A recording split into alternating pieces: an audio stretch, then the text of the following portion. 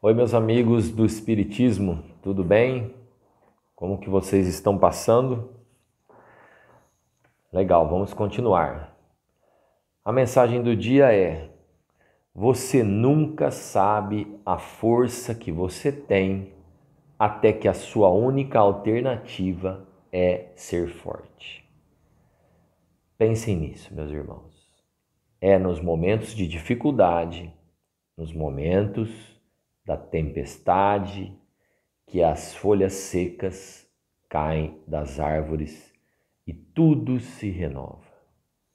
Vamos observar que os momentos difíceis nos trazem amadurecimento e maturidade espiritual. Quer dizer, esperamos que sim, é o que se deseja à luz do Evangelho do Espiritismo. E agora, o Livro dos Espíritos, capítulo 6, Vida Espírita.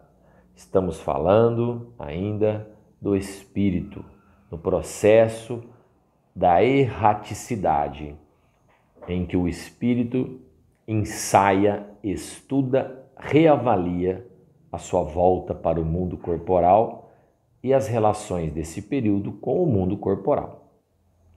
Vida Espírita, capítulo 6, pergunta 267.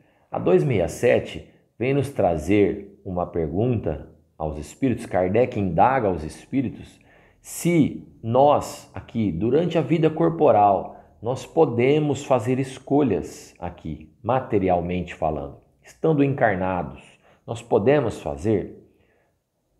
Depende, por quê? Porque a escolha feita durante a vida, ela não tem, não traz tantas mudanças para nós, tá? Nós sabemos que podemos fazer escolhas quando estamos encarnados, porque quando a gente dorme, por exemplo, a gente se desprende, o espírito se desprende. Há um desprendimento do espírito.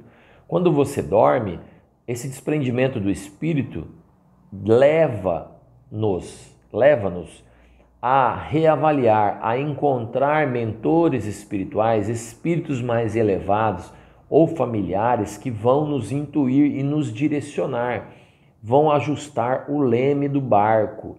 Durante o sono, nós podemos receber instruções e que ao acordarmos do sono, a gente acha que as ideias foram nossas. Na verdade, tivemos intuições, instruções, remanejo, reprogramação daquilo que ficou combinado. Então, a 267 vem nos indagar e vem perguntar isso. Se podemos, durante o processo reencarnatório, durante a vida corporal, fazermos escolhas. Nós podemos. Só que é no estado do espírito que o espírito vê as coisas com mais amplitude.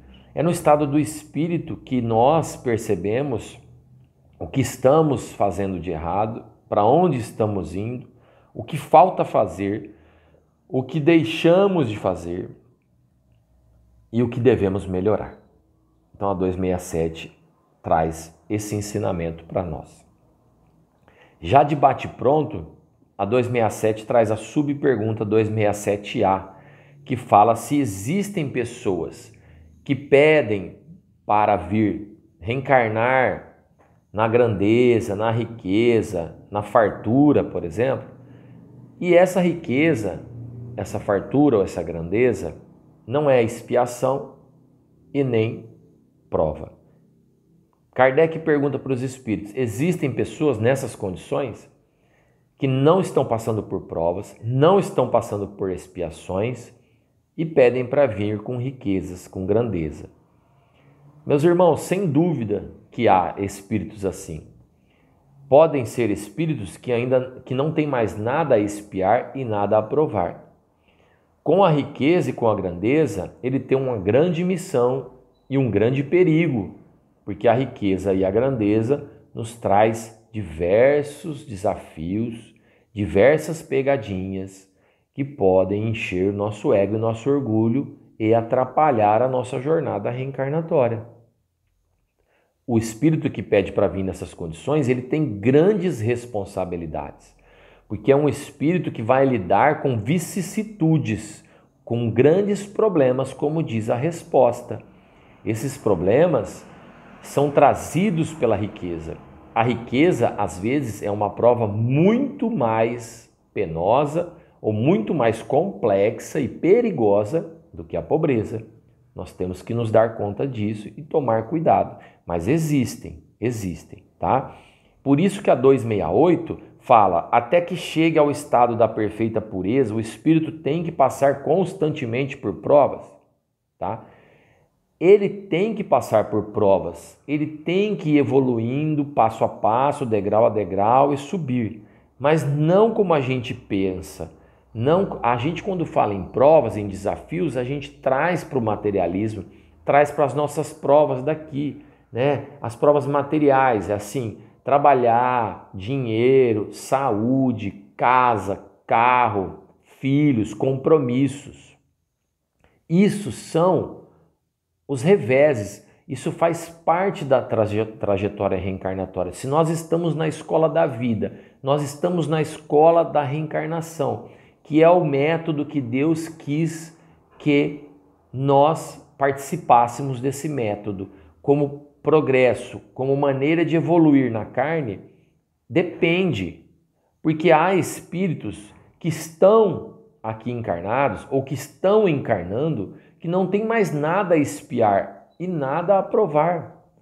Eles são espíritos que não precisam mais sofrer. Por isso que eu disse, sofrer como, Daniel? Cuidado com essa palavra sofrer, porque às vezes você acha que sofrer é do modo material ou tão somente do modo material. Às vezes o que você vê aqui na Terra, um sofrimento, você vê uma pessoa passando por uma dificuldade, você acha que aquilo é um paralelo com o mundo espiritual. Não é. Às vezes esse sofrimento está embutido, está contido neste mundo de provas e expiações. Mas em espírito, lá do lado espiritual, isso não gerou uma consequência, ou não tem a ver com coisas do passado.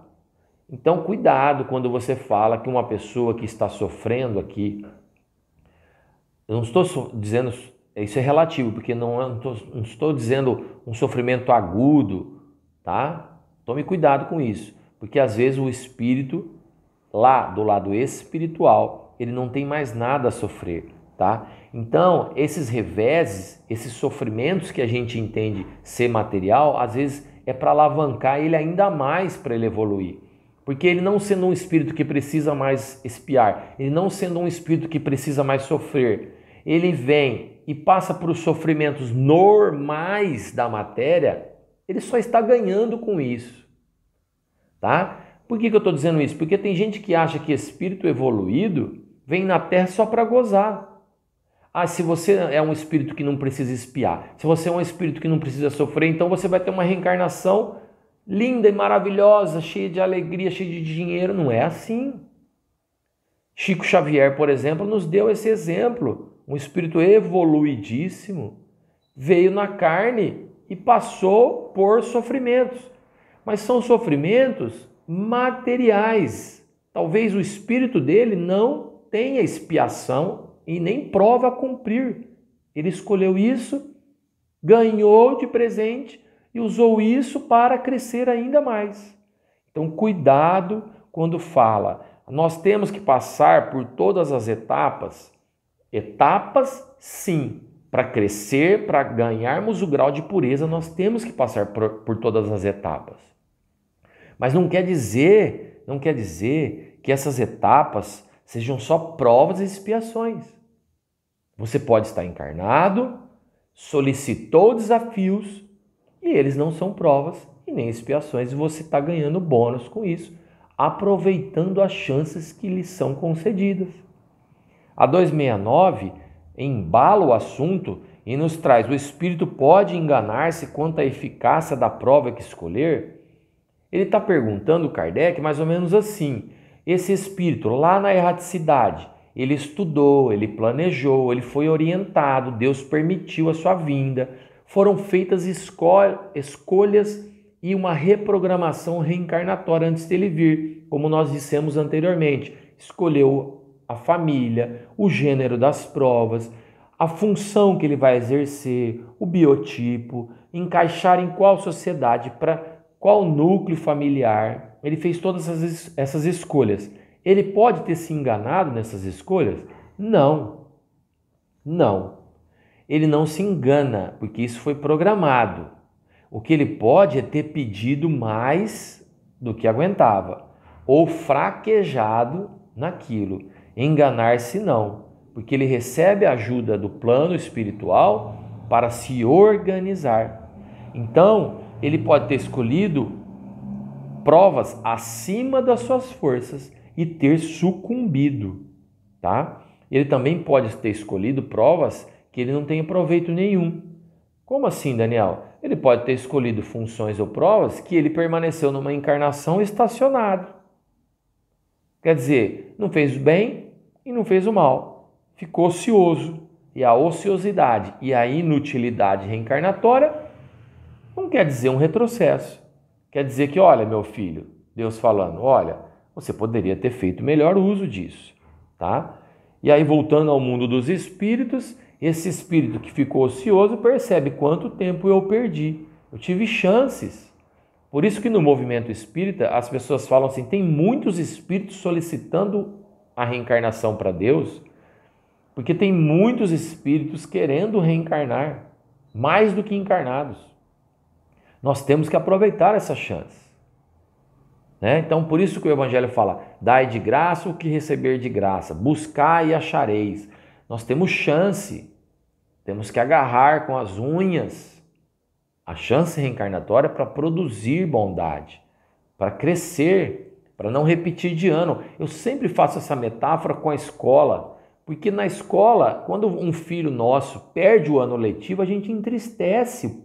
Se você é pai, você é mãe, você vê o seu filho repetindo de ano, você fica triste, com notas ruins. Faz um paralelo, um comparativo com Deus. É da mesma forma. Deus nos entristece, nos dá chances, tem misericórdia, só que até quando nós vamos patinar? Então nós temos que ter cuidado com isso, tá? E a 270 encerra o nosso bate-papo de hoje, dizendo ao que se devem as vocações de certas pessoas e sua vontade de seguir uma carreira em vez de outra. Isso já está respondido, porque nós já falamos em outros vídeos, né? Isso é a questão, não é questão de vocação ou de carreira. Nós temos que entender que o espírito aqui, ele tem uma bagagem, ele tem uma experiência, ele tem um currículo. Esse espírito encarnado não é só o Daniel aqui, advogado. Eu fui outras coisas, eu tive outras experiências e nessa eu escolhi para burilar algumas e escolhi outras para ficarem adormecidas. O nosso processo, o nosso progresso reencarnatório, ele é cumulativo. Algumas dons ou algumas provas ou carreiras ou dons, facilidades nossas ficam adormecidas, enquanto outras são afloradas e desenvolvidas, até que você tenha em espírito um conhecimento global de tudo.